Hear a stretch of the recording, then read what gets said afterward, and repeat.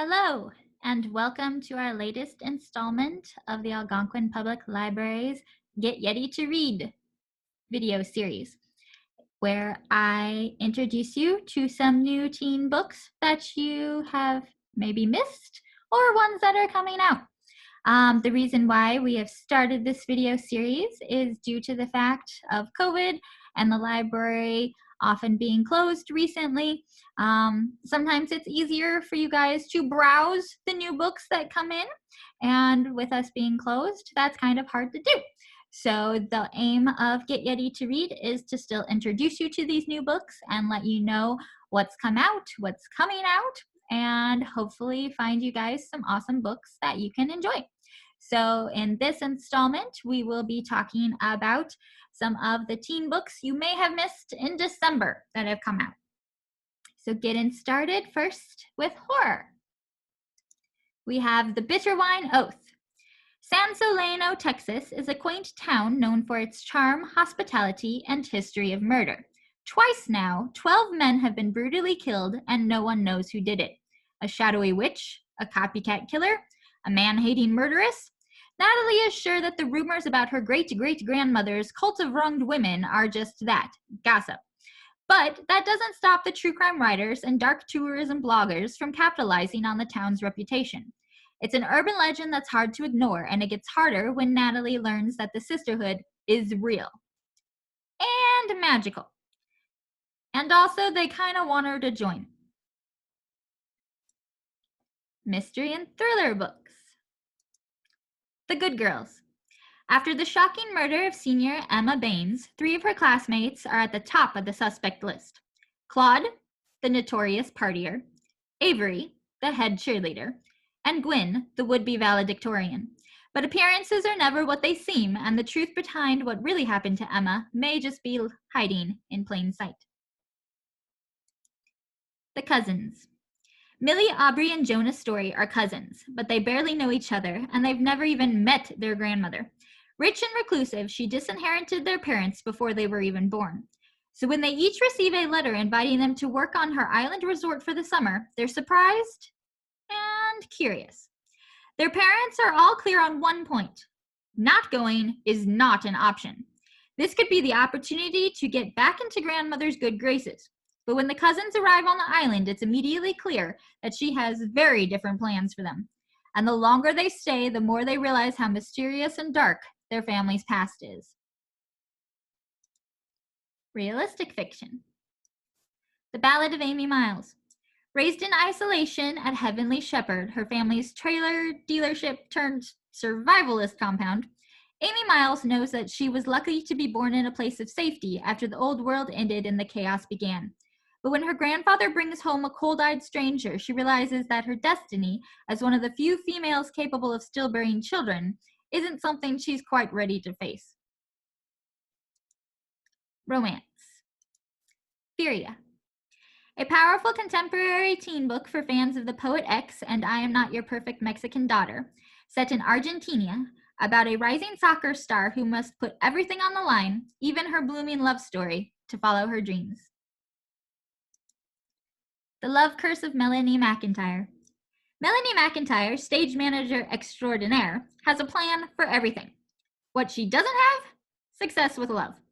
Every time she falls for someone during a school performance, both the romance and the show end in catastrophe. So Mel swears off any entanglements until their upcoming production is over. Of course, Mel didn't count on Odalie Rose, rising star in the acting world, auditioning for the spring performance. And she definitely didn't expect Odalie to be sweet and funny and care as much about the play's success as Mel does. Which means that Melanie McIntyre's only plan now is trying desperately not to fall in love. Coming up for air.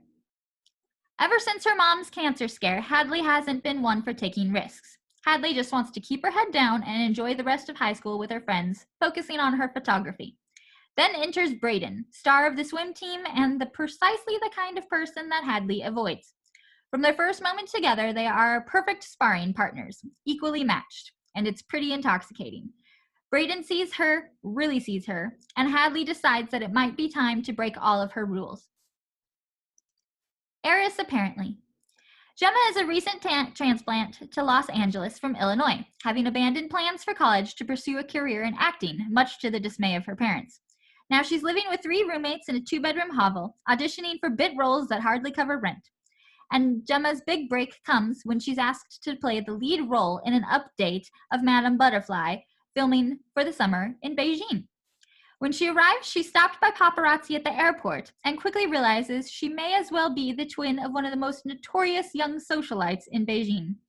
Thus kicks off a summer of revelations in which Gemma uncovers a legacy her parents have spent their lives protecting her from. It only happens in the movies. Audrey is so over romance. While dealing with her parents' contentious divorce, a breakup of her own, and shifting friendship dynamics, she has every reason to feel cynical. But then she meets Harry, her fellow co-worker at the local cinema. He's brash, impulsive, and a major flirt. And though Audrey tries to resist, she finds herself falling for his charms. But in this funny, insightful, and ultimately empowering novel, love and life aren't what it's like in the movies. Just our luck. Bad luck follows lies. This was the first rule for life that Leo's Greek grandmother gave him before she died. But Leo's anxiety just caused a fight at school, and though he didn't lie about it, he wasn't exactly honest in how it all went down, and how he went down. Now Leo's father thinks a self-defense class is exactly what his son needs to man up. Leave the Parros family alone. That was Grandma's second rule for life. But who does Leo see sitting at the front desk of the local gym? Evie Parros, whose family supposedly has cursed Leo's with bad luck. Moving on to speculative fiction, which includes fantasy and adventure. Among the Beasts and Briars. Sirius is safe in the kingdom of Aloria. Here there are no droughts, disease, or famine, and peace is everlasting. It has been this way for hundreds of years, since the first king made a bargain with the lady who ruled the forest that borders the kingdom. But Aloria prospered, and the woods grew dark, cursed, and forbidden. Sirius knows this all too well. When she was young, she barely escaped the woods that killed her best friends and her mother. Now she carries a small bit of the curse in her blood, a reminder of the day that she lost everything. And as a new queen is crowned, however, things long hidden in the woods descend on the kingdom itself. And she is forced on the run, and it's up to her to find the legendary Lady of the Wilds and beg for a way to save her home. The Harrowing of Doom, the first book in the Marvel Untold series. Notorious villain Dr. Victor Von Doom has finally found a solution for his oldest obsession, rescuing his mother's souls from the clutches of hell. An alliance with a reclusive sage, Maria von Helm, has provided the key to Doom's latest invention. Fusing their super science and sorcery together, Doom has created the Harrower, a device that will open a rift and wrench his mother's soul from the netherworld. Back in the human world, however, rebel forces threaten to overrun Latveria and topple its dark leader. And the revolution couldn't come at a more dangerous time than when the gates of hell itself have been unlocked. Ruin Song. In a world where magic is sung, a powerful mage named Cadence has been forced to torture her country's disgraced nobility at the ruthless queen's bidding. But when she is reunited with her childhood friend, a noblewoman with ties to an underground rebellion, she must finally make a choice: to take a stand to free their country from oppression, or to follow in the queen's footsteps and become a monster herself. The Other Side of the Sky. Prince North's home is in the sky, in the gleaming city held aloft by intricate engines powered by technology. Nim is the living goddess of her people on the surface, responsible for providing answers, direction, and hope. North and Nim's lives are intertwined, linked by a terrifying prophecy, and caught between duty and fate. They must choose between saving their people or succumbing to the bond that is forbidden between them. Dangerous Secrets. 16-year-old Iduna harbors a dark secret. On the surface, she is a plain village girl, an aspiring inventor, and the best friend of the local prince. But she also happens to be secretly a North Uldra. Ever since the day the forest fell, her town people have The other town people have despised and distrusted the North Uldria people with a vengeance. No matter that the North Uldria, along with some of Arundel's own, have been trapped in the enchanted forest behind an impenetrable wall of mist since the day of that famous battle. Iduna doesn't know why the mist refuses to part, or why it descended to begin with in the first place. The only clear thing is that she must keep her identity hidden from everyone, even her best friend the prince, because her life depends on it. Black Canary, Breaking Silence. This is the 5th book in the DC Icons series. Dinah Lance was 8 years old when she overheard the impossible, the sound of a girl singing. It was something she knew she was never meant to hear, not in her lifetime, and certainly not in Gotham City, which has been taken over by the vicious, patriarchal Court of Owls. The sinister organization rules the city as a dictatorship and has stripped women of everything: their right to work, to make music, to learn, to be free. Now 17, Dinah can't forget that haunting sound, and she's beginning to discover that her own voice is just as powerful. But singing is forbidden. Fighting to balance her father's desire to keep her safe, a blossoming romance with the mysterious new student Oliver Queen, and her own need to help other women and girls rise up, Dinah wonders if her song will finally be heard, and will her voice be powerful enough to destroy the Court of Owls once and for all. And our last title you may have missed in December, The Sky Beyond the Storm, which is the 4th book in the Ember and Ashes novel series. Picking up just a few months after A Reaper at the Gates left off, the long-imprisoned Jinn are back on attack, wreaking bloody havoc in villages and cities alike.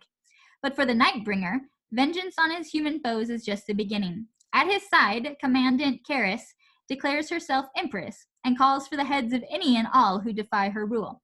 At the top of the list, the Blood Shrike and her remaining family. As usual, if any of these books have piqued your interest and you would like to place them on hold, feel free to email me at teen@aapld.org with your library card number and the title, and I'll put them on hold for you for pickup at the drive-thru or our Eastgate branch. And also, if you happen to be a teen who needs volunteer hours and you love reading, feel free to email me to learn about how you can earn volunteer hours by reviewing books. So I hope you have enjoyed learning about some of the books that came out in December that you may have missed. And hopefully, maybe I'll hear from some of you guys to put some of these awesome books on hold for you. Thanks, and we'll see you next time.